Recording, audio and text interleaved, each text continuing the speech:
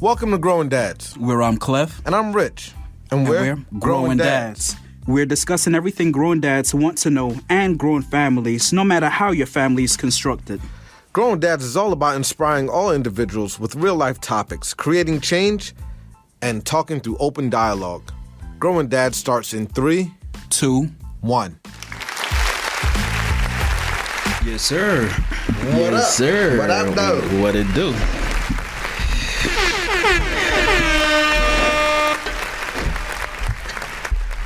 Merch. It's a beautiful thing. I like the progress and the growth. I do. Yeah, this is fun. This is fun. Yo, we appreciate you guys for really tapping in with us all the damn time. Kleph makes fun of me because I always come out here with kid shirts, but you know. You're a big kid at heart. Yeah, I am. With 8 kids to back it up. Fuck you. Yo, so I've been talking to some people, and they've been not females like that, but I'm talking about like just trying to understand if growing dads is getting legs and getting spread, putting the roots down first. Yeah. And a lot of people's like, yo, I see the progress, and like, but what are you guys doing a little differently? And what I started to think about is we're the podcast that is going to grow with you. That's going to be involved with you, and we're going to bring you guys along with us. It's not that we're not going to go out here. I mean, if we can, we're going to go out here and get LeBron James and Jay-Z, but we want to get you on the show. So if you definitely want to get on the show, do us a favor, shoot us a DM, like, share, and I mean, we're watching all of that, man. Everything, all your comments. We need all of that. Yeah. So the feedback is great. So, the last podcast, we said we're going to take our some time out. Yeah. Right, to really engage in what the community is looking for and some of the questions that they had. Yeah. But before we get into Hot Topic, let me tell you what the fuck happened last night. All right. So, Trey's the baby, right? So, Trey gets 106 fever. 106.4. And then after the 106.4, I start freaking out a little bit because in my head it's like, yo, his brain gonna get on fire, his organs gonna start shriveling up, but he's over 1 year old, all right? So we didn't really know, and he's been having a fever for about 24 hours. Wow. So what happens is, Cass is like, yo, nah, man, we gotta get this looked at. We gotta get this looked at, right. And I'm like, okay. So first thing I'm gonna tell you is if you have your doctor, right, make sure that your doctor, when you call, it was probably like 1:30, 1:45. By 1:53, we got a call back. Good. Okay. So make sure that your doctor takes night calls, and if it's an emergency, you leave a message and they're able to get back to you, because it's just a peace of mind, right? Because it allows you to understand what happened. So we gave him he was on 2 mLs of like Tylenol, and they don't really give kids ibuprofen in the beginning. Okay. Just due to how it goes through their kidneys, right? I'm not a doctor, so what I want to let you guys know is the information I'm about to share is views and opinions and a thought process of mine based on information that I got from your medical doctor. Yeah, but I am not liable for anything that your ass chooses to do or say based on my fucking comments. Every parent is different. Every child is different. Do your own due diligence, and continue. So did you put him in an ice bath or something to try to drop that temperature down? Hell, you can't put kids. Not to say ice, but cold water. No, I got a little nervous, so I got a cloth. I got vinegar. I threw vinegar on the towel. Yeah, and then I wrang it out, and then I came back and I patted it on. But it's gonna feel extra cold to him. Vinegar feels like extra cold, but it almost like pulls the heat out. Like once you leave it on the body for a while, okay, you're gonna feel like the cloth get hot. That's interesting. I never knew that. You taught me something new today. You put vinegar, just douse him down. I mean, no.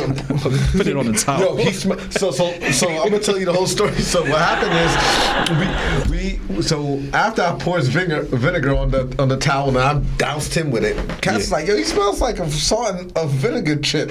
So he's sitting there, right? But it helped bring it down a little bit. Called the doctor. The doctor was like, called the doctor, and the doctor said, take his ass to ER. Okay. So the first thing is if you can first look for urgent care. Urgent care is way better than going to ER room. Yeah. Depending on the situation, it's pretty much that's what it is. An outpatient ER and doesn't have the responsibilities. Most ERs are a profit center for the hospital, and they make a lot of money through the ER. Plus, the waiting time is different. Right. So we go in. Long story short, he's roughly about 102. Okay. And they're like, okay, he'll be all right. All nonchalant, and you freaking out about. He's like, yo, I see kids 105 running up and down here like that. Little kids, this manage are different now. Trey's over 1 year old. Mm-hmm. They said if one of us get it like 103, 104, that's the problem. Okay.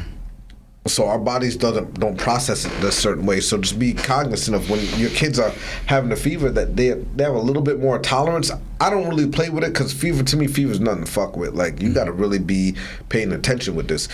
So what they told me was there are 3 things that they look for, right? And these are the 3 things that you should look for. This is when they have if they have a fever. If they have a fever. Okay. So 3 things that you should look for when your child has a fever and try not to freak out. At any time, make sure you call your doctor, right? But the 3 things that the ER room said is, number 1, uncontrolled fever. Uncontrolled fever is when you give them the correct dosage. Okay. The correct dosage is based off of their weight. So what the first thing is that you would need to do is ask your doctor what the weight is. If you don't know the weight of your child at that present time and moment, make sure if you have a scale at home, use the scale, you step on it, step off of it, grab the kid, step on the scale, and if you can't subtract, you just get your calculator, get your phone. Get a calculator, and then minus that. What you would have is the pounds. After you get the pounds, convert it into kg. Okay. You can go on Google and you convert pounds to kg. Mm-hmm. What happens from there is that based on the dosage is, or you can just ask your physician if you want and say, hey, this is how many kgs my kid is. Can you tell me what the right dosage is for whatever for ibuprofen or for Tylenol? Okay. The baby right now is about 24 pounds. Okay. So we not you, but you can figure that out for you. We're giving him 5 mLs. Okay. Right? So we were giving him 2. So we were underdoing it. So his fever wasn't properly being regulated. Okay. And because that was where he was before, where we just kept him at the 2, his fever was still spiking or going higher because it wasn't powerful enough for his weight.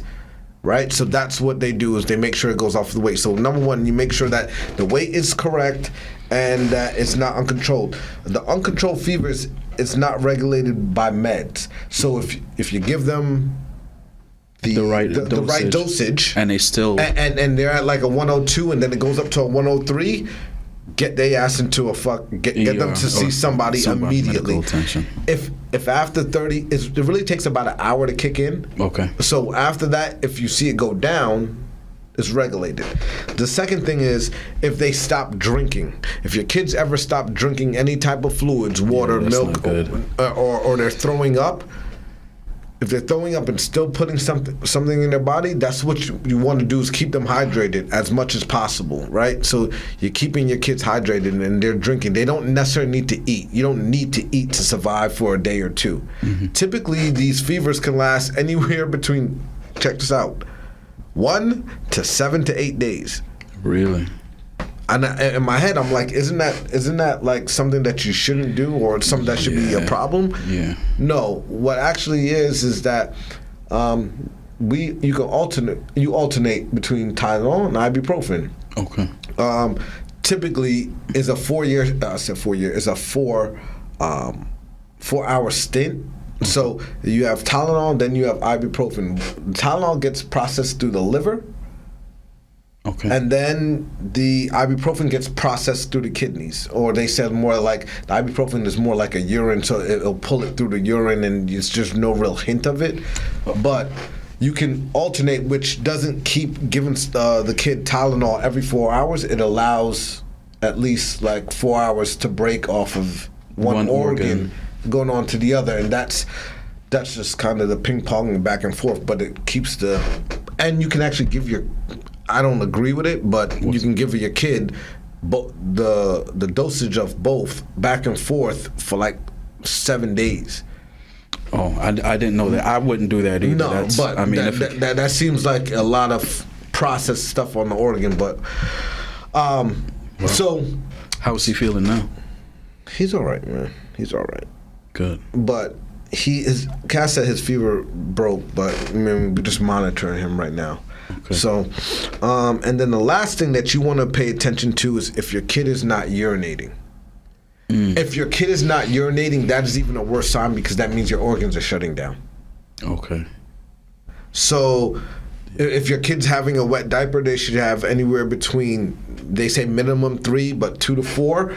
Okay. Minimum 3, right? So you want to make. You're talking about a urination, bowel movement, not bowel movement, but piss. Urine. Piss. Yeah. Okay. And so, but if your kids are older too, you still are looking for those 3 things: making sure that the temperature's regulated and they're using the correct dosage. Mm-hmm. That's number 1, right? So you make sure you're not giving your kid infant Tylenol and they're like 15 and they need regular Tylenol. You know what I mean? Like. Yeah, we do have some stupid shit that goes on here. Don't be one of them stupid parents. And then make sure your kid is staying hydrated. Obviously, get them some Pedialyte, Gatorade, Propel, and all 3 of you, Gatorade, which is owned by Pepsi. If you need, we'll definitely sponsor you. You guys could sponsor us. Propel, you guys could definitely. Pedialyte. Yo, listen, we coming for all y'all. I just tipped all y'all out. But do that and then make sure your kid is at least going to use the bathroom. All right. So that's something that happened to me. I want you guys to be aware of something that went on. But kids typically over the age of 1, right? Yeah. Can handle a fever up to like 104, 105. Okay. But I don't recommend it at that time. I'm not a doctor.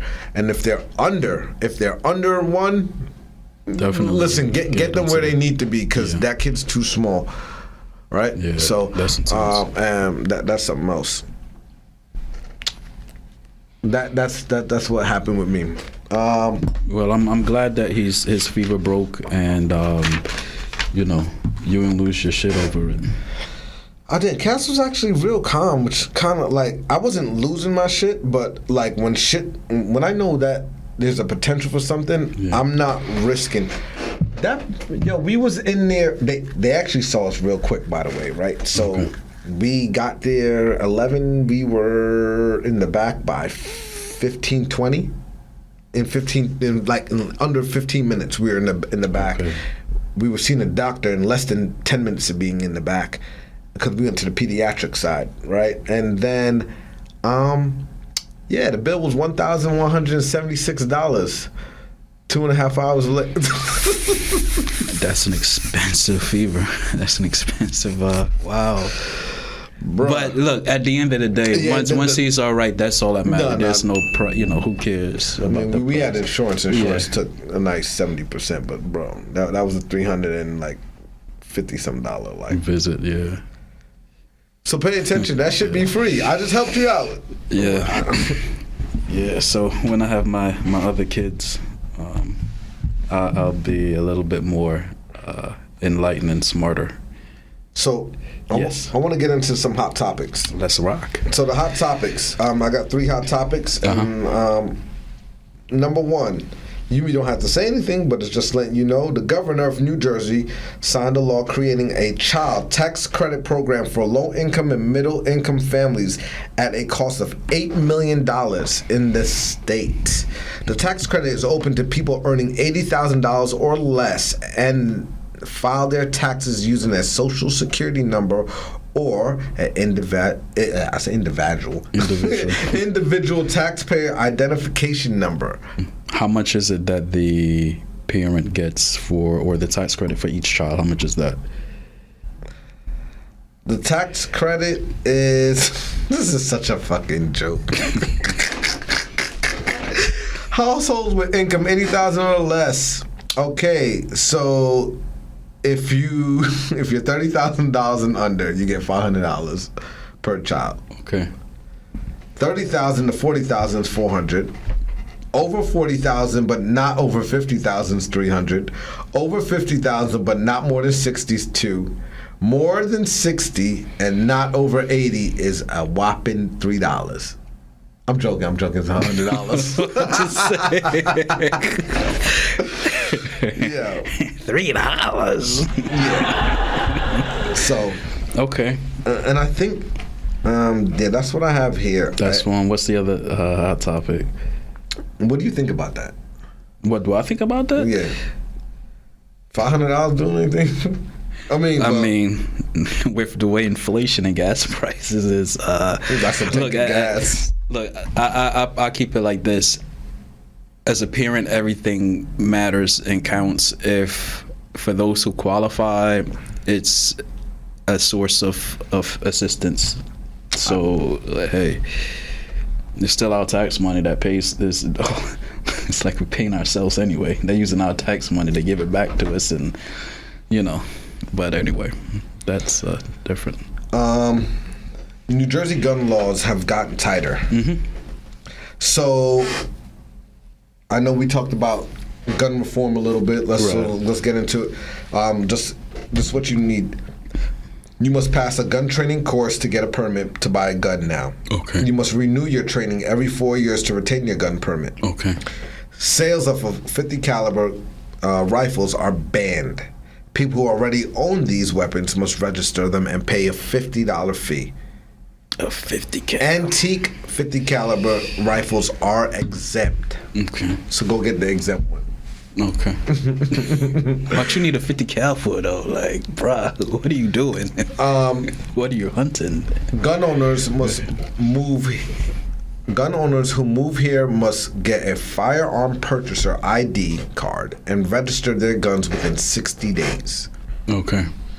Gun sellers must use micro-stamping technology to put serial numbers on guns. Okay. But this technology is not yet widely available. Sounds like some government shit. I mean, all of this is just more bureaucracy. But go ahead. Penalties have been increased for manufacturing ghost guns. Ghost guns are untraceable. Like, you could build them at home. You got the 3D printers. There's firearms that can be bought online or assembled at home. Mm-hmm. You know, you can assemble an AK-57. I say AK-57, AK-47 at home. All you just need is like the coil or the. I just know them things. I mean, I talked to a couple of people. Okay. Yeah, but yeah. Ammunition manufacturers, dealers must keep a detailed electronic record of sales and report them to the state police. Okay. A new law is designed to make it easier for the state to sue gun manufacturers. Okay. What is your thoughts? They do need. I'm glad that they have in place some precautions or some measures in terms of you have to take a course, and I think what they should also have some kind of a psych eval too. But anyways, you know they said that like if you were in a domestic violence situation. Mm-hmm. That you can't get a gun either. Like if you're meaning you were the aggressor or you were the victim.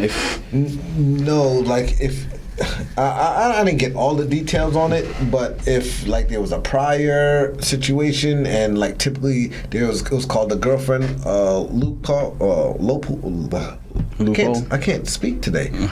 Loophole where she would get it and just give it to him.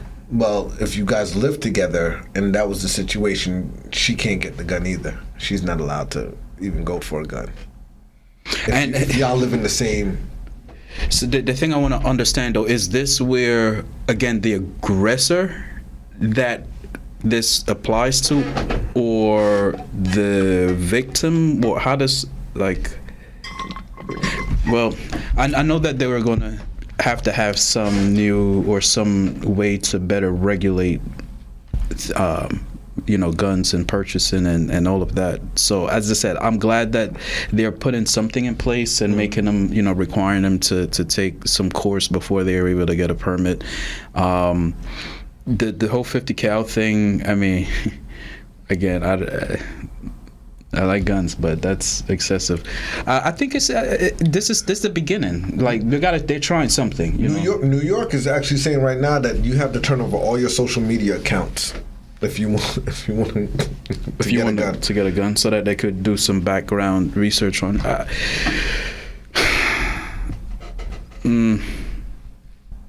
That's interesting. and in a way too, it's kind of like, well, okay, you turn it over. So the fuck what? Yeah, I don't know. So if you ever have fake guns, or if you had guns that weren't registered to you, then they can fucking prosecute that ass. Well, definitely, yeah. If they had, that's evidence now. So yeah, it's interesting. They're trying to make a step in the right direction.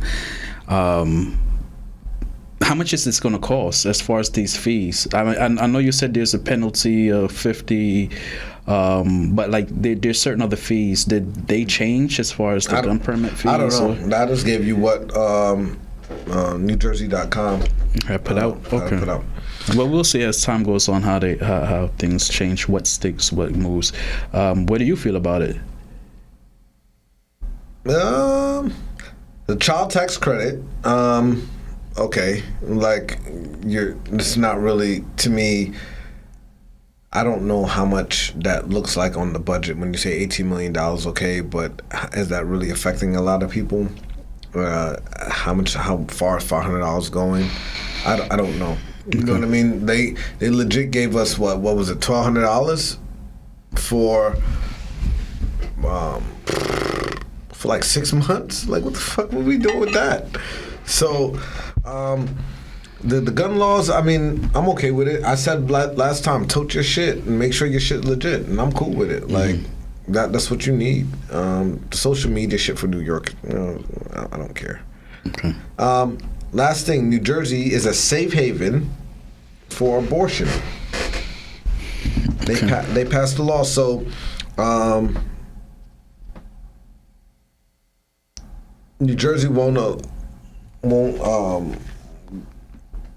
they will protect the license of a medical profession in the state. New Jersey will protect the license of a medical profession in the state who provided an abortion to a person who lives in a state where the procedure is illegal. We're going to have mad people coming to New Jersey. Over. New Jersey will keep private the medical records of patients who have received an abortion or other reproductive health services in New Jersey. So, that's when you start looking at it, and then they're going to prohibit any state agency or employee from responding to an interstate investigation or proceeding involving the pursuit of an abortion or other forms of reproductive health care. So, yeah. Okay. And they won't allow for someone if they come to New Jersey that they ain't gonna send you back to the state that you got to get persecuted. Okay. So basically, they're a safe haven. Yes. Long story short, what you feel about that?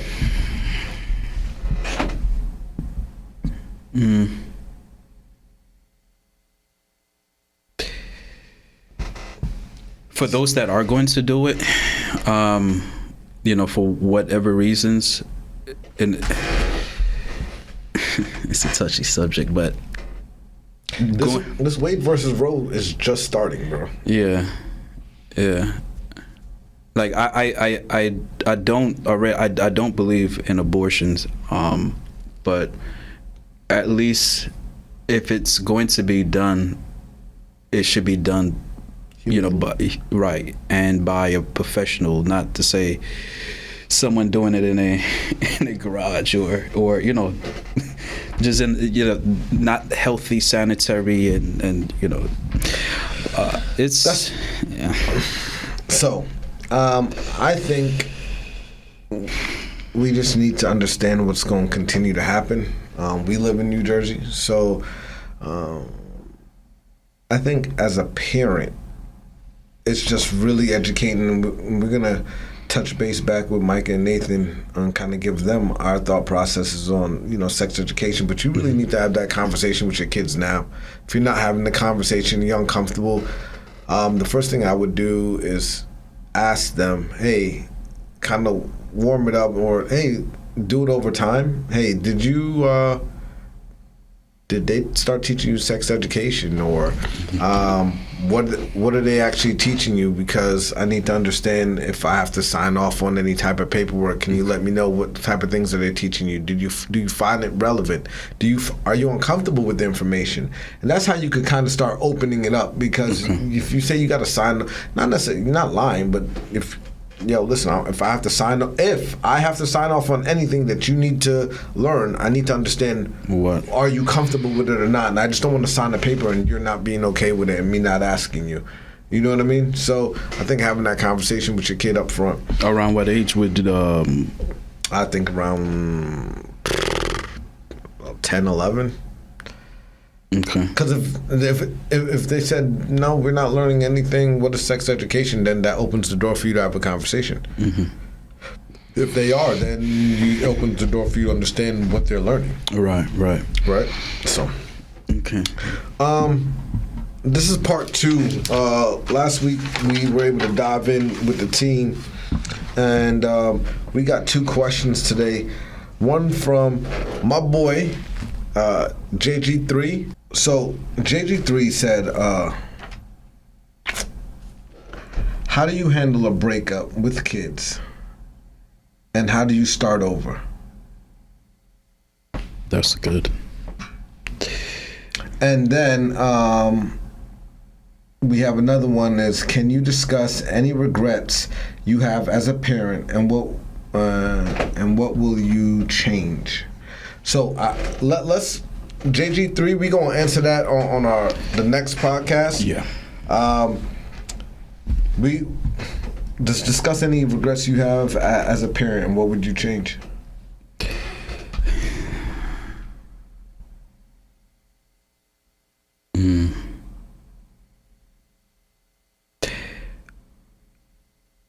As a parent,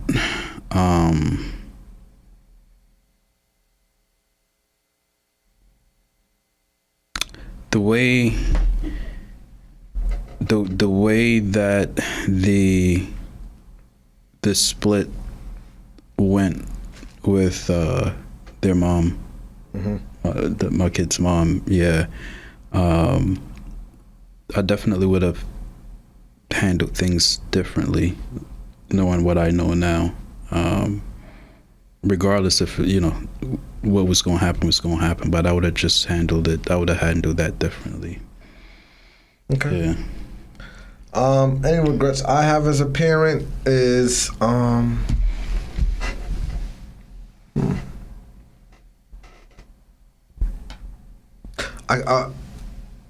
think my regret as a parent is just not being as open. And I am now. I'm getting more open and being able to have more of those transparent conversations. Mm-hmm. But similar to what we had in our last podcast, was just me trying to figure out, talk about how to really connect, or not to really fly off the hinges. You know what I mean? But I demand so much excellence from my kids, and it doesn't come from a bad place or a place of malice. Right. But that's what I definitely want to do, is just kind of tap into that a little bit more, and I would like to change the way I approach them. Okay. So, this podcast is about to get kicked off, and what we want you to know is that we really appreciate you tapping in with us. We're about to show you a podcast that we filmed before. the podcast with Sal. Yeah. And Sal was our first guest on Growing Dads, and we weren't able to get in touch with him. So, hey, guess what? You tune in and come back and let us know what you think. We appreciate your time, your thoughts, and everything that you are to us in this community. So thank you very much. Yes, sir. Thank you. All right, so Like, share, subscribe. Tell us if you like it. Welcome to Growing Dads Podcast. This is Rich Ford. This is Kleph. And this is Sal Ventre. I'm glad to be here. Yo, we got Sal in the building. In the building, Sal. Welcome. Thank you, man. We don't have any of the antics where they were like. Not like I thought you were gonna drop like a flex bomb or something. Yeah. Then we have to reverse this like 4 or 5 times. We can do it again. Yo, this is Rich Ford, Growing Dads Podcast. This is my Kleph. And this is Sal Ventre. There you go. See, we just dropped flex bomb. We just dropped it. All right, I think we could do that again. So yeah, man. Sal, we appreciate you having us. Or you having us, us having you. Yeah. It works both ways. So Yeah, we yeah. can Thank rock you. with that. We're in each other's ecosystem, Absolutely. biome. I appreciate being here, man. So we appreciate you coming in. Sal is a real estate mogul, and I'm gonna say it for what it is, right? Sal's a real estate mogul working in New Jersey. I remember when he first started. Well, first off, let me give give you a little history, right? Nice. So I met Sal back in West Virginia University, and there's a lot going on. He was in the frat, not at that time, still in the frat, right? And I met him through there. I wasn't in the frat, but you vibe with certain people, and when I tell you it was crazy in West Virginia, it was crazy. You have a fucking town of 40,000 kids running around, Yeah. and you gravitate to some people. He was always just chill. It was you and Austin, chill. Yeah. And you just certain people you gravitate to, and kind of give them the history. And then I went to Cali after coming from Cali, came back, and then you graduated. And then you were in Jersey. I remember when you first started real estate. Yep. You talked sporadically, and Yeah. then you just said you just did the fucking thing. Yeah, man. It was. I kind of fell into it on accident too, because right out of West Virginia, me and Mark Vespel Mm-hmm. and remember Joey, Joe Plessy. Yeah. Crack. Yeah, Joey Crack. I didn't know, So yeah, Joey Listen, Crack. say what the fuck you want, bro. I know if it's just like that. I know you got this. You got a brand, so I got it. No, so me, Polly, and Crack started this business right out of college that we actually worked on our last semester while I was in West Virginia still, and it didn't really do too well, but it taught me a lot of lessons, and so I went into business for myself right out of college. I never had really an employer, but failing at that business, like I said, taught me a lot of lessons, but it definitely made me realize that I want to be in business for myself. So I ended up getting a combination of a personal family loan and a bank loan. Believe it or not, a young kid got a SBA small business loan with co-signers and things, of course. But I ended up taking out a loan after that. He had to put up his mom's crib, his aunt's crib. Literally. Oh shit! I was just joking. My father, and I thank him so much. Like I wouldn't be here without him. But he believed in me enough to not only give me a personal loan to start the business, but he co-signed and put his house as collateral for my business loan. Yeah. Oh, wow.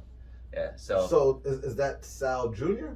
that is Junior. Yeah, I'm the third. The real deal. Yeah. That was huge for me. Now, I was still a very young kid, and we started this business that was an emerging fad at the time, which was those pay by the weight frozen yogurt. Remember, you make it yourself. Right. There was like spots popping up all over. Cups was around here. Right. And things. Yeah, you just pull the lever, Exactly. it doodles into the cup, Exactly. and then it has good flavor. Yeah. Exactly. So I seen that when those started popping up in like California, and I was like, shit, this is a business that I could get into, that I could run myself. How hard could running a yogurt place be, right? And didn't need a ton of startup capital. Now, granted, it was still 6 figures in startup capital, but it wasn't like, $500,000 or something crazy. But I got the loan from my dad, parted, also from the bank, started that business, and pretty much made every mistake that a young entrepreneur can make doing that. But I had that business for 2 or 3 years, and that again taught me a lot. And I accidentally stumbled into real estate because in I call it like year 2 to 3, it was the winter time, and obviously selling yogurt, frozen yogurt, ice cream in the winter isn't always the most busy thing. So I'm a type of person that I need to constantly go. I gotta have money coming in. I gotta have things going on. I can't just sit around and watch TV and eat cereal, you know. Right. So I started getting into books, believe it or not, which is actually crazy in itself because my entire life I was one of those kids that was like, I don't fucking read, you know, I don't do this, books, I can't read books, you know. And I actually paid my kids to read books. It's funny you say that. I started doing the same thing with my little brother, but so I would read a book, but there was one thing that I always knew, and that was that I needed to be successful. And there was people, so like, and it's funny because a lot of times people ask me, you know, were your parents entrepreneurs? Were they business owners? And like, no, they weren't. My mom worked in restaurants her whole life. My dad was a plumber for majority of his life, and then became a police officer. Neither of them are entrepreneurs at all. But I distinctly remember, for better or for worse, I distinctly remember because we grew up, you know. No pun intended. We grew up, I grew up middle class, probably lower middle class, you know, and for whatever reason, I distinctly remember my parents kind of like glorifying people that had money, like that they were like this figure that, you know, not human almost, not to a bad, in a bad way, but for me as a little kid, that's how I looked at it. Like when they would talk about like, oh, so and so, like, you know, the cars that they had or the houses that they had, or we'd go over someone's houses, and like it was almost like they were this fictional character that like no one could ever like be, you know what I mean? And so for me, I always grew up knowing like I just want to be successful, and you know, whatever you equate success with, but you know, for me, a lot of it was monetary, truthfully. And because I always just like, to me, that was like a superhero for me. And so growing up, I always did whatever I could to hustle. And like, that's a story for a whole nother time. I could tell you just about my childhood hustling days for an hour, but granted. Yo, listen. We might have to pause this and really get this. but no. For the purpose of this story, I got into books because a guy that was very successful that I had looked up to at the time told me that it was important to read and grow your mind and things like that. And so he put me on a book that is, you know, the most cliche book in the history of Rich Dad, Poor Dad? Rich Dad, Poor Dad. There it is. Yeah. I'm rich. Yeah. I'm a dad. It's that. But I will say, honestly, it was that book. And that book, you know, I want to say probably changed my life, because it definitely changed my life, because it put me on a path of, I got like so addicted to reading this book that I wanted to read more books, and I did, and my mind kind of just exploded with like, oh my God, there's so much more out there that like I was always sheltered from, you know? You ever seen the picture, if we draw a 6 here and you're gonna stand on one side and say it's a 9, I'm gonna say it's a 6. That's the EQ. No, EI, excuse me, the emotional intelligence and the IQ put together. And when you do both, that's what actually happens. Right. So we're going to definitely get into, so you got there, and then you transitioned now. You got married. Yes. I don't know how the fuck what she saw in you. At all. That's another crazy story, but. Yeah, and then, by the way, I do my research, right? So, as you were walking out, you were able to get the perfect eye contact. But I'll just leave it like that. I understand how. I understand. I wasn't invited to the wedding, but I know how the shit went. You understand me? No. It was limited. We got married in Napa. It's all good. It's all good. But you're here now. Yes. Right. And that's one thing. Regardless, I'm gonna tell people, when you have relationships, you fester them in different ways. Just because you don't go to something, or you don't do something, or you don't see somebody all the time, real is real. And I'm going to tell you, Sal has seen me in some real-ass situations outside this, but there's a lot of growth that came through it as well, just as you. You know what I mean? And they probably more so are in the same context, but different situations, and you just see that evolve. So you want to break down the topics today and what we're going to go through? We're going to start off with the parenting. Okay. Yeah, one of the things, as I'm a dad of 2 boys, I have a 13-year-old that'll be 14 in November, and I have a 11-year-old that'll be 12 in June. So, with how your parents parented you, what things will you transfer to your child? So I always consider myself very blessed in a sense. So, I try to. I'm just the type of person that I try not to take in any negativity. Right. I try to always spin something to be a positive. So I actually consider myself blessed that my parents were divorced since I was born, and my entire life grew up in 2 separate households, going back and forth every other day. We might have to stop this podcast in the middle of this because Bro, I'm Can I divorced. explain? Yeah. No, I'm sorry. Yes. We're gonna have to get you back because we need to talk. Let me dive into that. Yeah. Damn, this whole shit. Go ahead. Let's go off script now. So my childhood growing up until I was emotionally intelligent enough to understand it, I looked at my parents being divorced as a disadvantage, and it was a struggle and it was a burden because every other day I was going back and forth from household to household, and there were things that I was allowed to do with my mom that I couldn't do at my dad's, and vice versa, and it was chaotic growing up that way. But when I got old enough to look back on how I was raised and look at myself today as a person and realize that I am 50-50 equal parts my mother and my dad, and both philosophies on how they raised me, and they were so polar opposite. I think that's maybe part of the reason why they themselves, their relationship didn't work, but their parenting philosophies were so polar opposite that I got to experience both of those fully. And fortunately for myself, I was smart enough to take pieces of what I liked from here and what I liked from here and combine this version of myself that I think is a good mix of those two, which is what I want to pass down to my son. Okay. Makes sense? So some of the things from your, say, mother's side, we'll start with that. What are some virtues, So core my mom values that you? My mom is the sweetest, nicest person in the entire world. She will do anything for anybody, help anyone, give. And her parenting style was a little more laxed in a sense of like, as long as you're happy and, you want to go out with your friends and you want to, express yourself however you want to. And, she was the one that would, take me to rated R movies and let me listen to, old Tupac albums when I was 10 years old, and she was a very much more like, let's call it like free spirited, like that type of parent, right? And I was able to really just express myself and do almost what I wanted and learn a lot of things from experience and that way.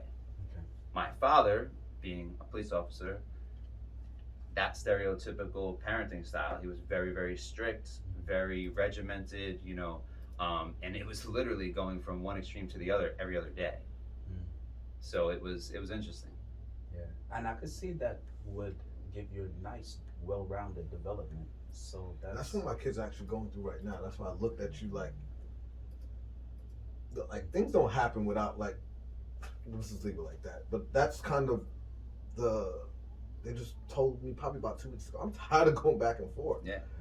And I'm like, I don't give a shit what you're tired of. You can't expect them to understand it as a child, but I think hopefully when they get older, they'll look at it the same way that I do. I hope so. Or they could go to your house. Yeah. No, for sure. Yeah, so I look at it and I see it as once you give the child unadulterated you and love, they'll be fine.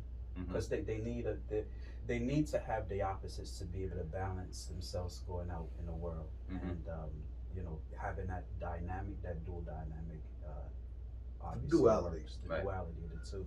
So you talked about your parents, mom being one way, dad being that. You ever get beat as a kid? Like hit? Yeah, like get your ass Hell, whooped. fucking yeah. but mostly from my dad, not my mom, because that's just how their parenting styles were. What's your thoughts on discipline? Number one. Yeah. So your son's 1. Yeah. About 1 and 2 months. Yeah. Damn, I'm good. All right, so Like is the what, one- 14 months, I guess, call it. yeah. A little over one. So, number one, what's your thoughts on discipline? How do you discipline a 14-month-old? And would you discipline him differently if he were a she? So I'll just answer that question. Yes, obviously. I think I wouldn't discipline a daughter as harshly as I would my son, just because I think men and women are built differently. You know, it just is what it is.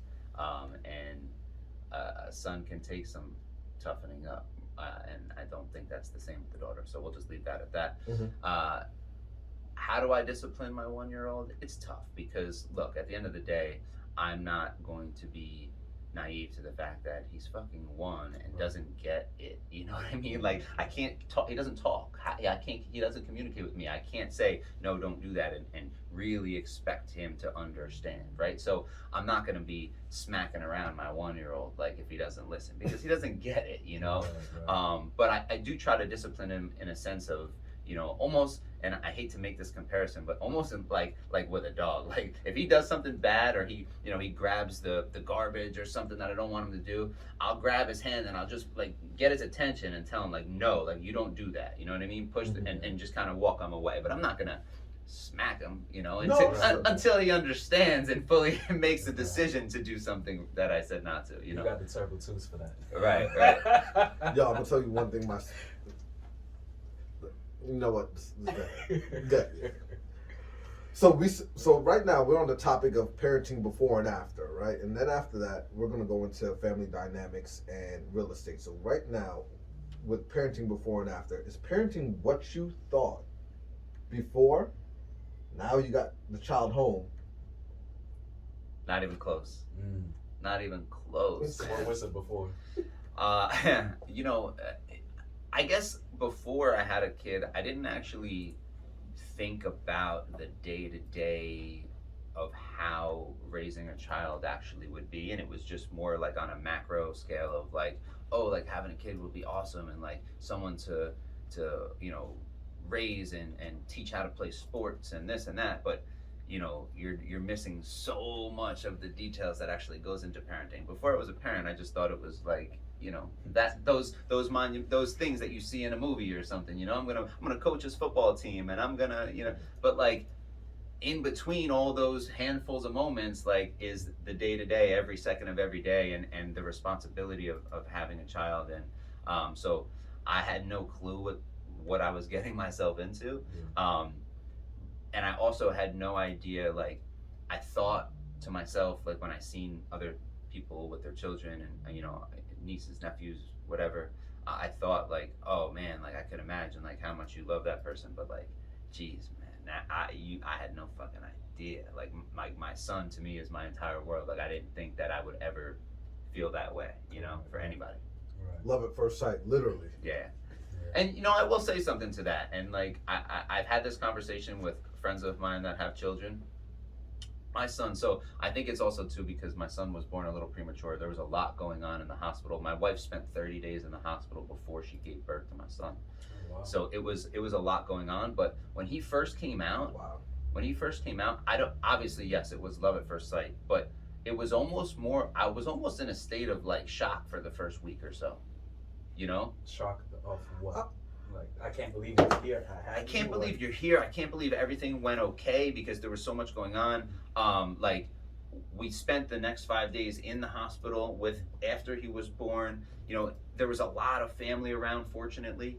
But it wasn't until like weeks 2, 3, 4 that I was sitting home on the couch with my son with no one else around that it really like hit me. You know. I use the cliche is love at first sight because for me it was not. It was love at first sight because I know you're mine. Right. I had to learn how to love you. Right. And that's where, listen, I don't even give a shit what it is. I'm gonna get it for you. Mm-hmm. You know what I mean? And so that was the, like, they say parenting is, you know, something that can't be explained. The days are long, the years are short. Right. And that's exactly what you brought in. Once you start getting those little moments, how quick did a year go? Oh my God. crazy. And also too, you know, just with the pandemic and everything we're going through, it was, I think, I don't know that it sped it up, made it slower, but it definitely forced me to take a step back because I'm go work, and for me to be able to take a step back, not have to worry about work and just spend it with my son and watch him through that first year was really Priceless. awesome. Yeah, priceless. It was awesome. And I know now too, speaking on that with the pandemic and everyone being at home and you can't just send your kids out to daycare or send them out Right. the house to school. Like when you were mentioning you didn't realize the logistics and like being a parent. It's a lot. It's a lot. I thought I was super busy before my son, and now I'm like, oh my god, I had so much fucking free time. What was I doing? You know?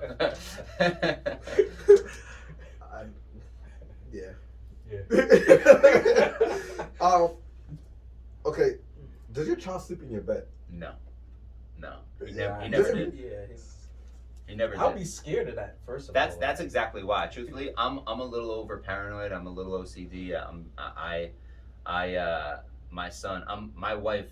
Like sometimes we get in little arguments about it, but I'm over the top. Like he's not allowed to have. He still don't have a blanket with him in his crib. Like he don't. Like he's. I'm not gonna let anything fucking happen. You know what I mean? So no, he never slept in our bed because I just don't think it's safe enough. Until he's a little older. You never dropped him? Not like from I never did. I was like, you had an episode? He said not like. Not from like standing up, just dropped him from 5 feet down. No, we know that. I mean he's fell and things have happened, but Listen, I dropped Gabby off the damn bed. I was sitting there sleeping. She was here, and literally it was a high bed, probably at least a good nice 3.5 feet. Yeah. Really, bruh, I was tired. All I heard was yeah. I was like, I'm like, Yeah. I look at the ground, I picked her up, and I was like, yo, my bad, I dropped the baby. So the reason why I just asked is because right now I have 5. Yeah. I'm gonna have 6. Listen, the kid, I think the coolest thing is the kid sleeping on my chest or my stomach. So I will say this though, my next child, they may sleep in my bed only because I've noticed already, like, just as you get more used to things and you are a parent for longer, I've gotten more relaxed on certain things, and I think the next kid is going to be totally. I could see how, you know, you have like middle child syndrome and the young, like, because you definitely will parent your children differently based on, you know, your experiences, right? So who knows? Maybe the next kid will be in my bed, and if it's a little girl, maybe. So you want another one? Yeah, we want another kid. I think that's needed. To be honest with you, I think peers do better. Mm-hmm. So just one child, it works. But I think just their development, if it's them and a sibling, I think, and then it gives parents a little bit of, well, later on, go play with your, you know, as opposed to be like, I'm here by myself. And then if something happened, then listen, somebody need to take care of me and wipe my ass, please. Like, if your brother ain't do it, at least I expect you to do it. I'll let you sleep in my bed. Good. You have another one? What didn't you like? Like, if you could change anything, like with how you were raised, right? How I was raised, okay. Right. What would you change? Damn. Dad, I know you probably don't listen to this podcast. I'll be honest with you. Not a whole lot. Not a whole lot. I feel that I was, like I said, I was blessed to be parented with different styles.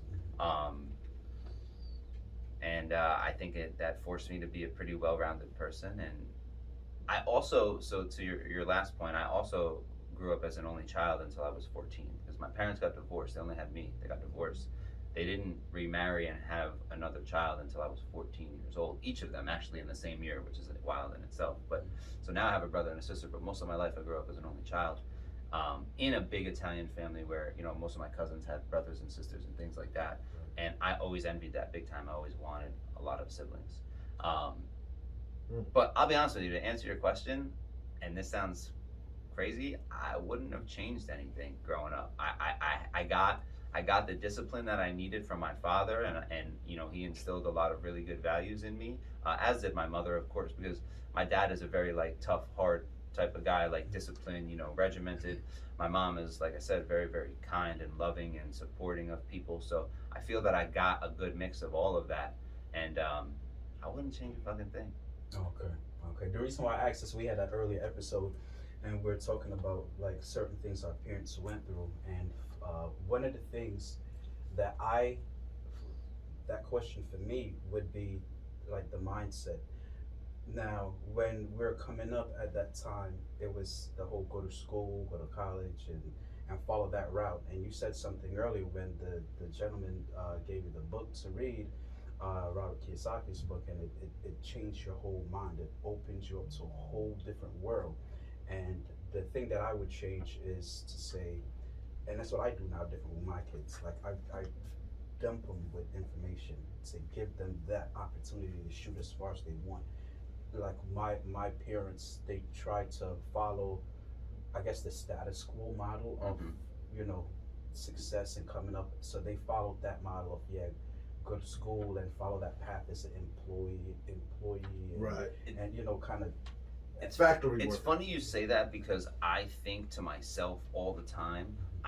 It's actually, now that I say it out loud, it's ironic because I think to myself all the time, wow, I'm going to parent my son so much differently than I was parented because I want him to learn about this and I want him to learn about that and I want to. But then I just said in the same sense, like I am who I am because of that. So I think it's this is something that I think about very often actually, and it's a lot of times like when athletes or celebrities or whoever, they talk about the struggle that they had growing up is what made them who they are and why they got to the levels that they are. But they're not going to give that to their kid, right? They want them to have a better life. So it's like, how do you find that balance of giving them everything you didn't have, but also is that ruining their character? Like, how do you keep them sharp? how do you keep? It's tough because I to your point, and you make an amazing point in the sense of where like I was never taught financial literacy or anything about money, investments. And I'm trying to instill that in my younger brother now at the time, and obviously I will in my son. So I was never. If I could change one thing, that would definitely be it.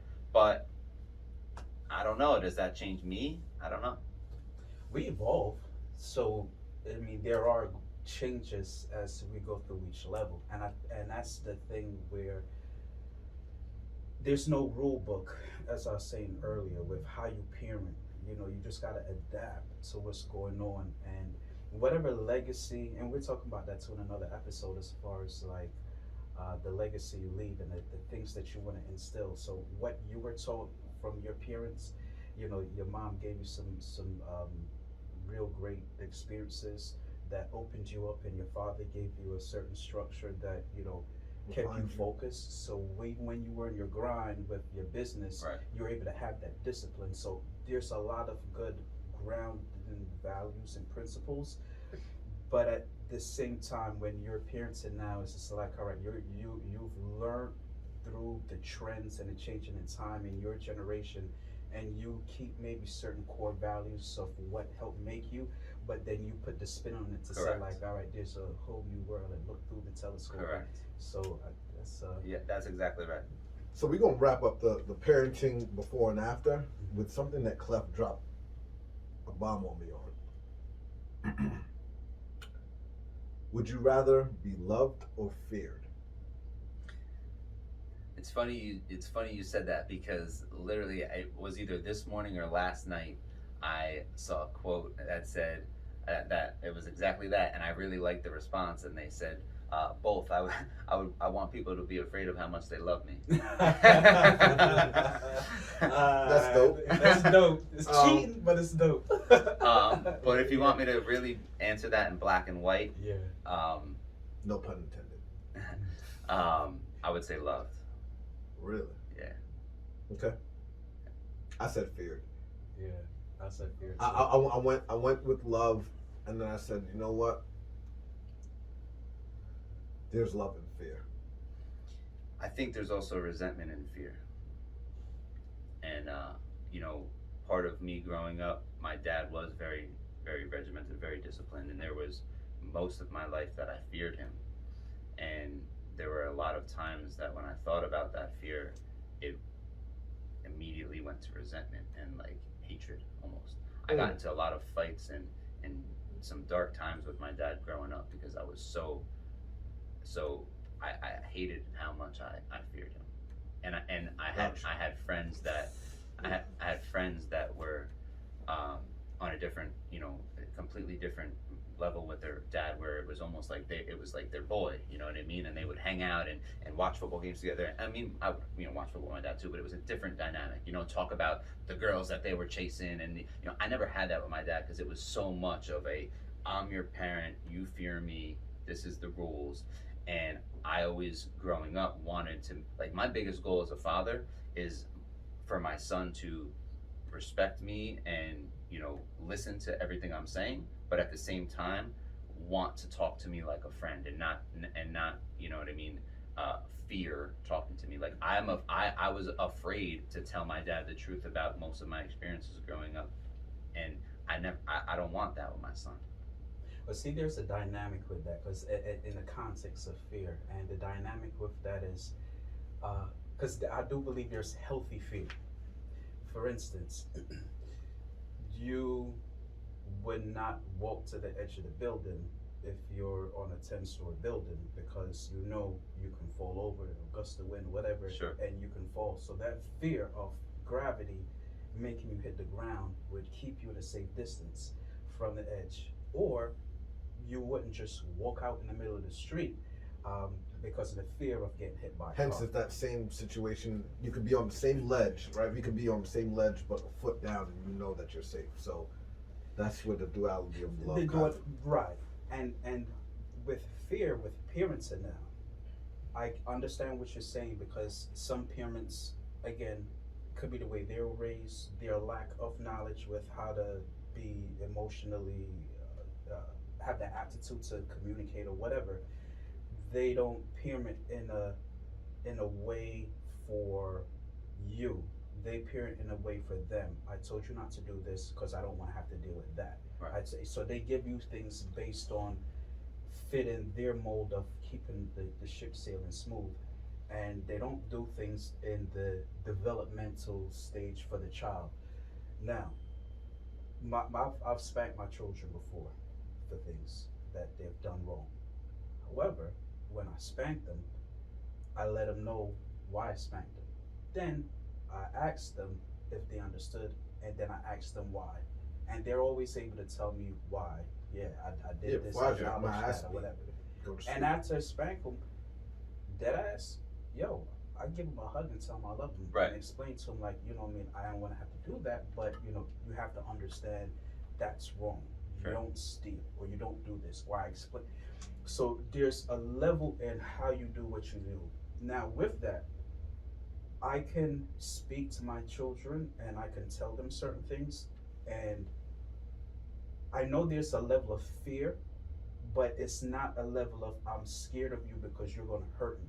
It's a level of fear because, all right, if I don't do what I'm supposed to do and what the right thing is, then there's going to be consequences.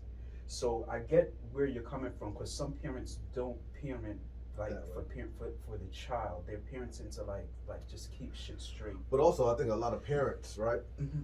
They're parenting based on childhood trauma. Right. Right. Yeah. So I didn't do this, so I'm gonna let you do this, and it's just managing that family dynamic, which is a good segue into the next topic. That's the overviews, right? Family dynamics, right? And we broke this down before. Father and dad, right? So you explained a little bit who you are and what you want for your son. Right.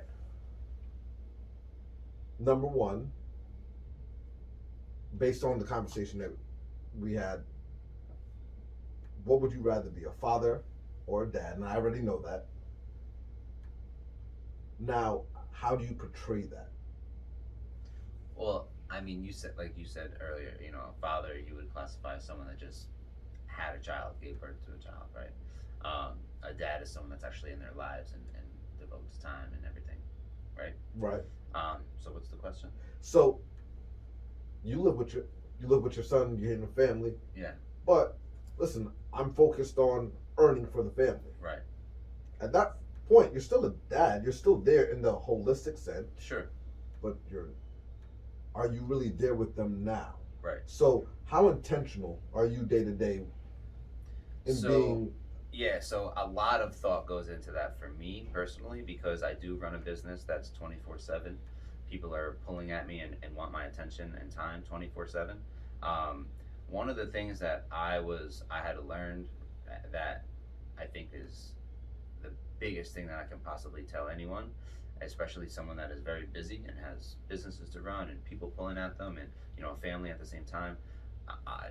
Two things. Number one, I don't think that more money equals success, like I said before. So, I think first and foremost, you need to figure out what it is that is going to make you the most happy and make you feel like a success. And maybe that's not, spending all your time working or something, right? But I know for me personally, I won't be happy unless I'm successful in my career and other senses of outside of family. And so I think that I'm a better dad for my son when I know I'm taking care of what I have to take care of in work, because that makes me happy. Right. When I am missing things for work, literally it affects my mood. So that's one thing. But for me, I have I try to make it as strict as possible with me and my wife, because my wife's a business owner as well, so she's constantly going. We have babysitters Monday through Friday, 9 to 5. So we have a lot of help. Babysitters meaning family, or babysitters meaning? So 2 out of those 5 days it's family, and then the other 3 we have like a nanny at the house that helps with like the baby and house stuff and things like that.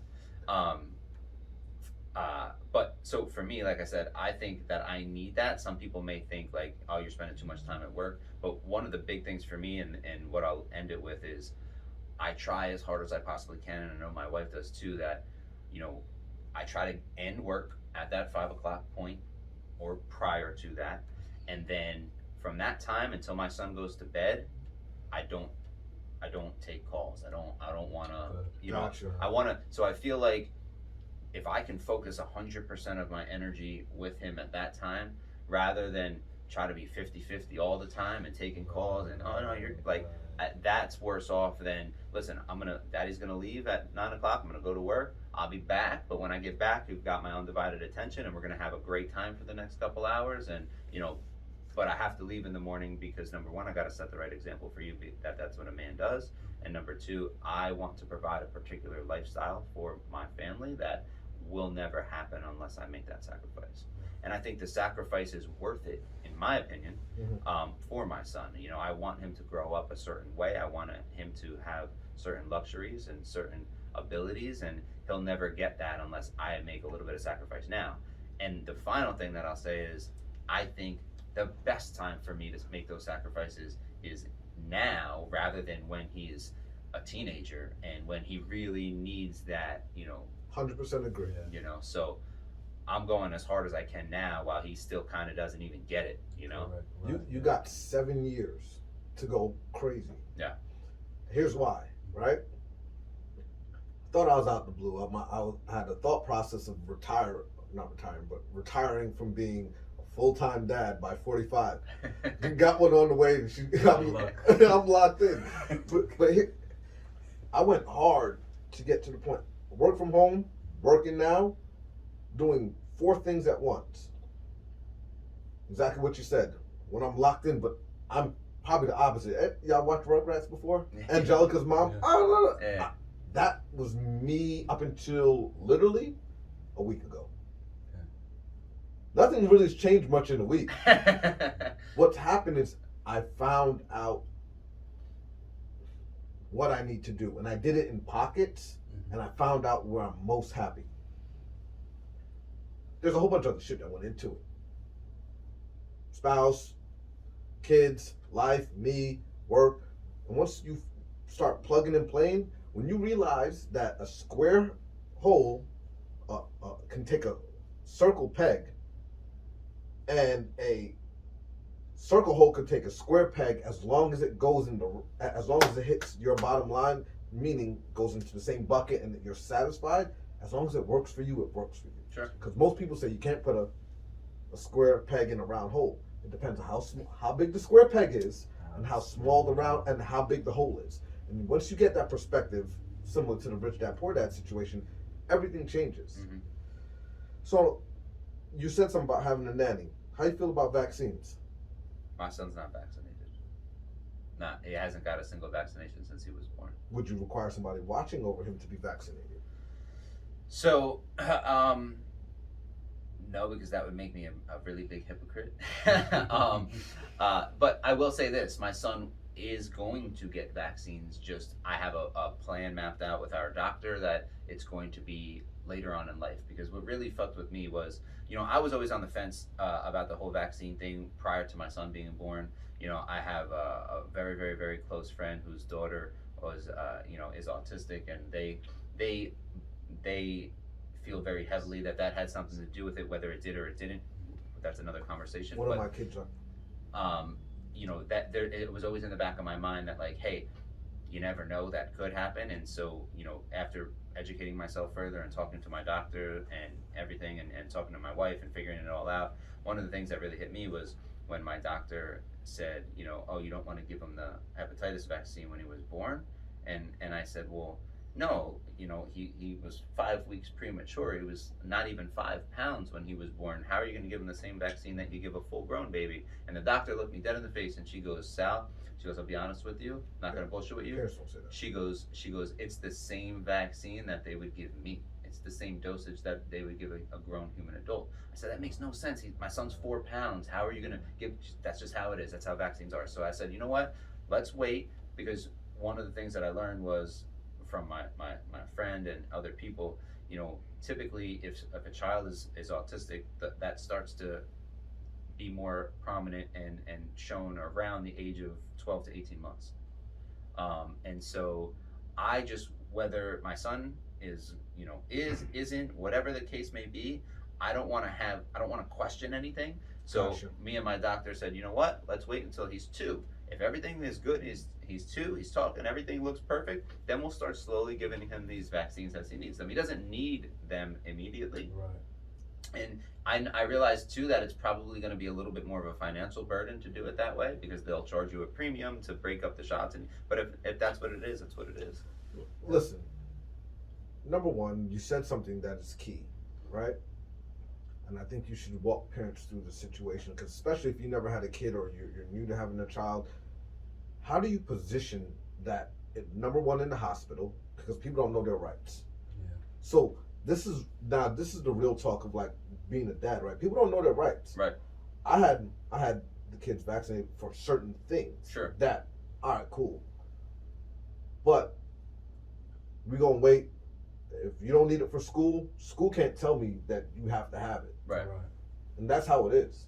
So how did you and the missus position that process, or hey, I don't want this to go into my child? So it was a topic. So fortunately, when me and my wife were having our son, there was 2 other couples that we're very close with that were having babies around the same time. Mm-hmm. The dads are both business owners. They're very similar to me in a sense where we like to research things and do our due diligence. And so the topic of vaccinations had been something that we talked about for the last 9 months.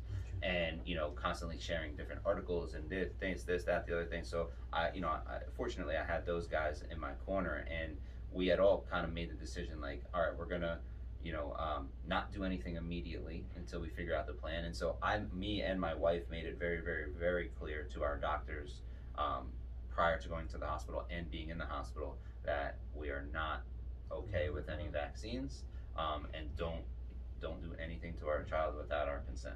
So what shots did your child have? They got a vitamin shot. I think that's it. Because of the prematurity, or because just no, I think it's something that just everyone, all children get. But that was it. That was it. Yeah. Okay. And knock on wood, there isn't any, but my son has never even had a cold. good. That's popping. Yeah. I don't even say that word anymore. The S word or the C word, I never say Listen, I'm not even going to say it because I haven't even had experience in 2 years. Right. Maybe a year and a half. But just then that's how much in my head where I'm like every year I don't even. Cass looked at me the other day, babe. Right? I said, don't ever, like like somebody say, I wish you heard Hov, like I wish you well. Yeah. Don't ever wish me well, please, because I'm not sick. Yeah. Damn it. But go ahead. Well, we did talk about the vaccines. Did you have something in the family dynamic realm? I like how you approach, with the children and your family.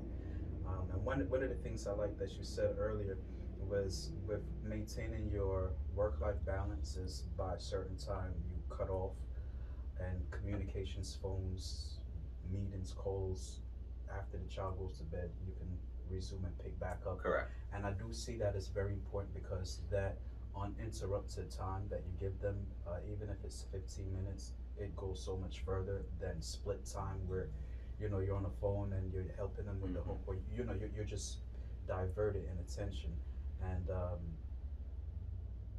you're doing it. You do the best that you can, and I believe that your love will ride the wave, because whatever situation happens, because of the love you have for your child, you're gonna find a way to make what needs to happen. And as I was saying before, because there is no silver bullet with parenting, it's one of them things where you do it on faith.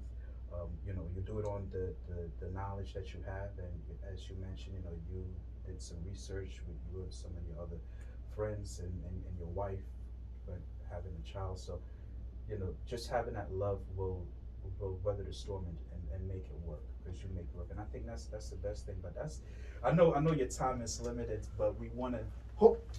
Do you have a dad group?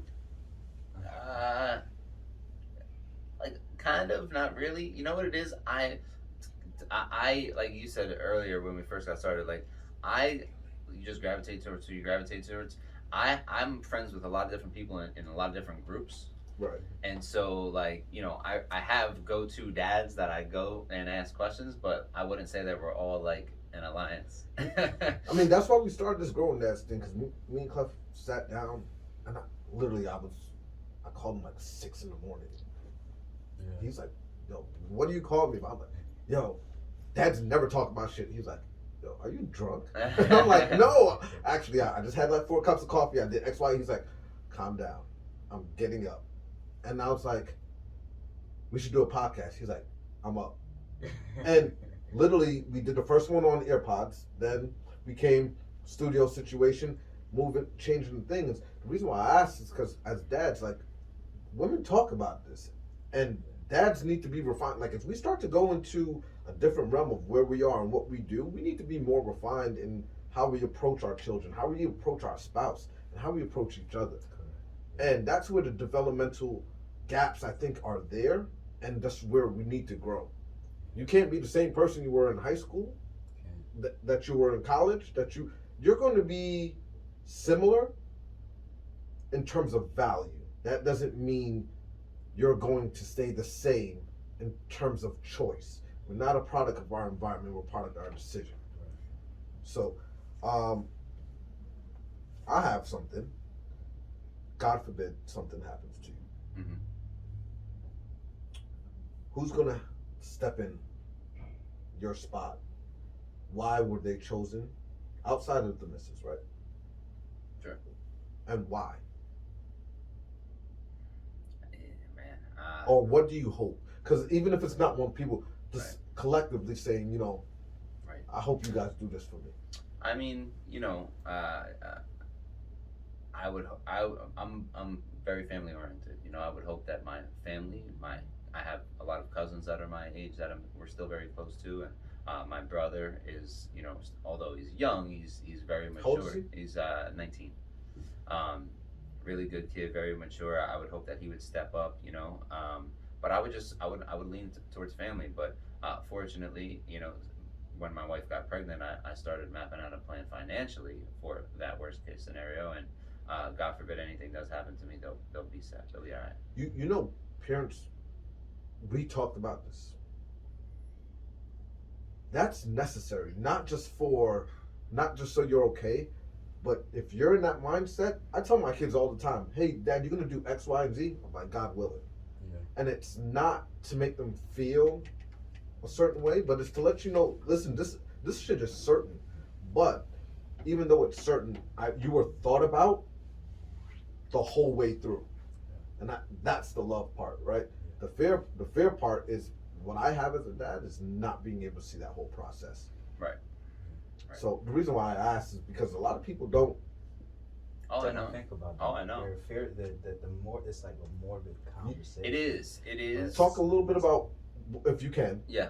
What have you done? What did you look into, and what people should? Yeah. So I to your point, how it's kind of like a morbid conversation. A lot of people just avoid it. It's kind of like going to the doctor, right? You'd rather just not know, rather than figure out what's wrong, right? Or I'm different. I want to know. A lot of right. Or I know, like growing up, I was this way, but I know a lot of people that are not financially stable. They do that with their bank accounts. They just won't even look at it. You know, it's like I don't want to look. I just want to hope I got some money in there. Right. I look at that shit every day. Right, yeah, me too. Now that as I got better as a business person, I think that's a big thing for me because I spend a lot of my day, just looking at bottom lines and trying to be as realistic as I possibly can with projections and things like that. And at the end of the day, I think just growing up and becoming more mature, I was like, all right, you know what? I'm not invincible. Something could happen to me, and I don't want to let my family down. Like everything that I'm doing, I'm doing this for me, but it's also for them. And so,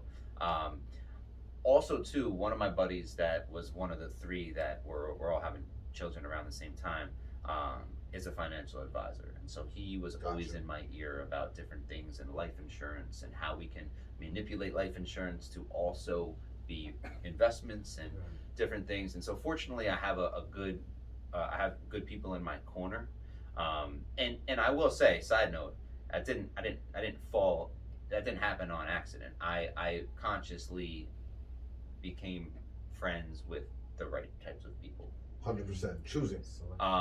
So I have the right people in my corner that have helped me make a lot of really good decisions. And once I was opened up to life insurances and different things for my future, it almost became more a sense of a game for me. Like now, I got the cars, I got watches and houses and things and the toys. I've got that. Right. So now, like my new what's fun for me now is putting money away for my future. Like I want to see how much money I can end with, in the long term. I don't need another Rolex. I don't need, you know what I mean? I want to go fuck. I want to.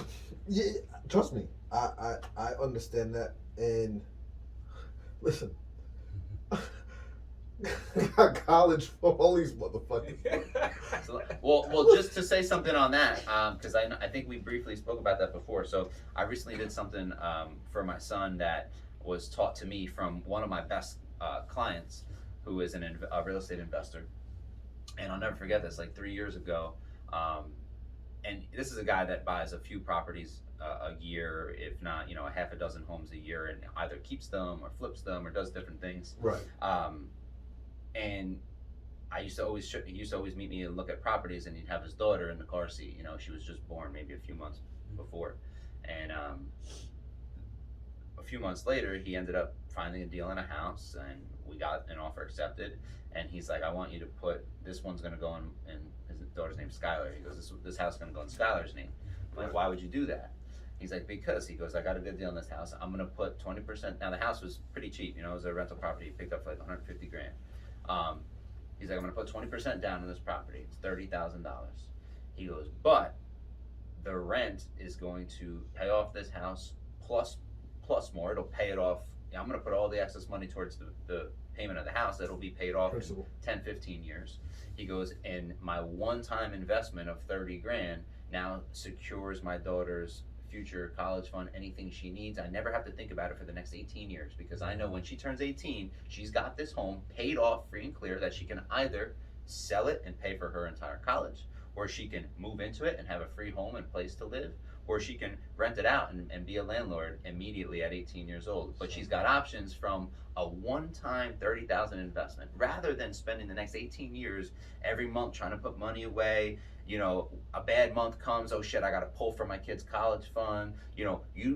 that stress weighing over you for the next 18 years is a lot to think about. Yeah. Do it one time and never think about it again. Yeah. That's kind of the segue where we're going, is real estate and family, right? So that's a perfect way. That's one of the recommendations. I guess it's a two-part question. How would you save for your child's future? What have you done? What are some recommendations? Just being in the game. How long you been in the game? Real estate? Yeah. 10 years. So obviously you've seen a lot in terms of communication, talking to people, seeing people's actual financials, Sure. actual credit scores, because people come to you looking nice. Mhm. It looks different. People come to you looking different, Mhm. and actually are real nice. Yep. So can you kind of give us an insight into that and somewhere a little more on professional? I would say, first and foremost, it's not how much you make, it's how much you keep. Correct. Yeah. You know, I have a personal friend that last year, I know for a fact, because in real estate, you know, everyone's income is disclosed, it's public information. I know for a fact he made a little under $2 million in his pocket, free and clear, last year, and he lives paycheck to paycheck, and sometimes he's fucking bouncing checks, because it's not about what you make, it's about what you keep. And if you always want to, you know, keep up with the Joneses and you're not making the right moves, you're going to be struggling no matter how much money you take in. So that's something that is very important, and that I struggled with personally too, but you know, eventually you figure it out. That's Kids help that, by the way. Kids help that they for ground sure. you quick. For sure. But I think just putting money into some sort of growing account as early as possible. I think the house thing is the number one thing that you can possibly do. But at the same time, like, not for nothing, my son on his first birthday, well, my wife are buying him this house. We're doing the same thing, but I started an account and I bought him Bitcoin for his first birthday. That's good. Nice. Because I believe in that. I think that it's something that's going to make money in the future. And I think something that a lot of parents don't do, that I find myself doing, like whenever I have a new thing that I come up on, whether it's an investment property, Bitcoin, a stock tip, this, that, the other thing, I think to myself, like, all right, I want to buy some for myself, but I want to buy some for my son. Like, for me, like, that's my little homie. Like, I want to, like, if I come up, I want him to come up too. Me too. You know, and that's so the legacy. That's the right. So like, I'm not buying Bitcoin for myself without buying it for him. Now, granted, I may buy $5,000 worth of Bitcoin for myself and $500 for him. You know what I mean? But I want to set him up. But here goes also the other thing. He has a longer Exactly. longevity of time than that 500. Exactly. Could go crazy. Exactly. And, yeah. So, because I remember, I forgot what it was. It was a listing. It was on, and it was in New York. Guy tried to buy it with Bitcoin. This was back in. Yeah. It was way on the back. listing. Yeah. Yeah. And I'm like, Would have been billions of dollars now. Yeah. but now you sit back. Somebody was just ahead of their game, Yeah. right? But people are unsure. And what do those things? How do you manage those, and how do you look into them as a dad, as a man, as a spouse? Because we wear many hats, and as your leader, you're so much of a manager. But see, that's back to your earlier question of, like, you know, the reason I'm only able to do those things for my son because I'm fortunate enough financially that I can do those things. There's a lot of people that are living paycheck to paycheck, struggling to pay their rent. They can't buy an investment property for their kid. They can't. And so my point is, that's why I make the sacrifice Monday through Friday and not spend all day with my kid, so that I can help him out in the long run. People too in other ways. nearsighted. You know what I mean? Some people criticize me for spending too much money spending too much time at work and not enough time with my son, but those are the same people that are not putting any money away for their kids' future. So there's Hey, trade-offs. Check it. Those, I don't know who it is, right? But it'll be the same people that say, "Listen, you're not spending enough time with your child. You're home, and you still don't spend enough time with your child." Yeah. So, right. yo, don't feed me this bag of dog shit and tell me it's fucking it's gourmet food. You know what I mean?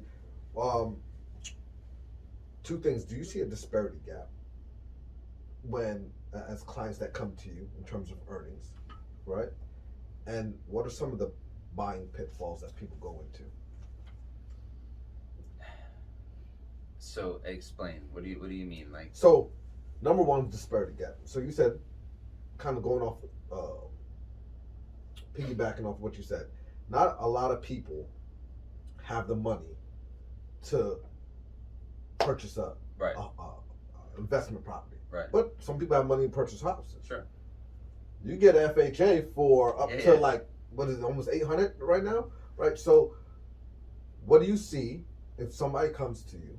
Is there a disparity gap between blacks and whites in terms of earnings? Mm-hmm. And what are some of those pitfalls that you just see across the board in terms of families? So, for example, you really supposed to, as a realtor, right? You really should be looking at a house for 400, 500,000, but you love the house for 800.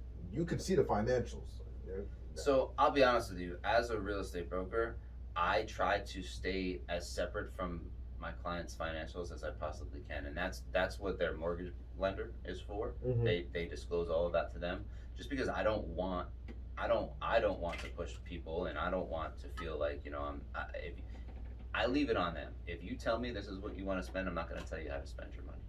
That's not my job. My job is to make sure that you don't overpay. Now, if the house that you're buying for 800 is really worth 900 and you're getting a good deal, then I'm doing my job. If you really truthfully can only afford 500, well, that's on you. I'm not gonna try to coach you and tell you how to spend your money. I'm just trying to do my job as best as I can for you and get you the best deal. That being said, do I see a disparity in race?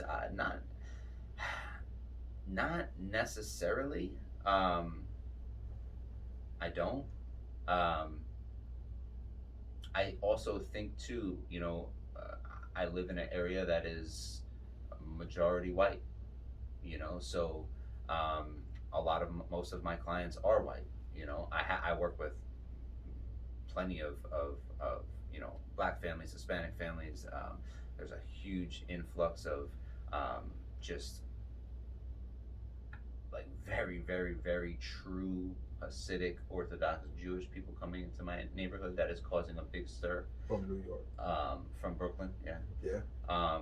So, we work with a lot of demographics, but just for whatever reason, the area that I'm in, it is what it is. It is what it is, yeah. I think there is a disparity in there, but I know because of time we'll have to get into that at another episode. Yeah. But, hopefully. Yeah. God willing. God's willing. But yeah, it was. You have one more question that I know you asked. How do you decide? You're asking how do you decide what house or where to live? Yeah, so and you might have to go into it later, but how do you determine, or when looking for a house for your family, like what are some of the things that's on your list and important to you? For me, I think the most important thing when you're buying a home for your family, I'm not talking about investment properties, but your primary residence that your family is going to live in, location is the number one factor.